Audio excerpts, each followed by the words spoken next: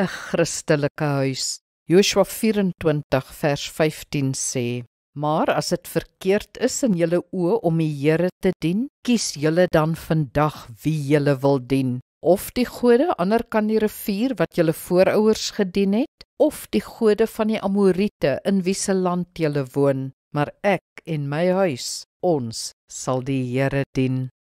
Christenskap is 'n geloof, 'n verhouding en 'n lewenswyse.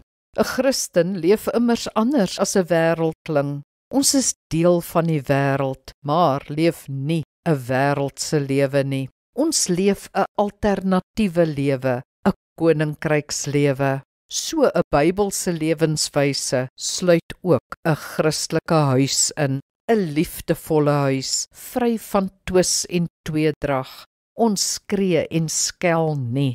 'n Respekvolle huis waar kinders gehoorsaam is aan hulle ouers en self ook met respek behandel word. 'n Heilige huis waarin die Here gedien word, waar ons saam bid, kerk toe gaan en soos kinders van God leef. 'n Huis vry van te veel wêreldsgoed en van afgodsdinge.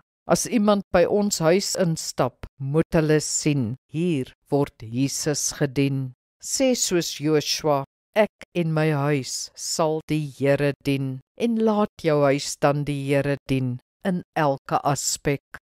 Kom ons bid saam. Hemelse Vader, ek wil U dien, en ek wil hê my huis moet U dien, almal van ons saam. Dis nie altyd maklik nie, maar help my om dinge so in te rig dat U meer gedien word, deur wat in ons huis gebeur en deur wat in ons huis is.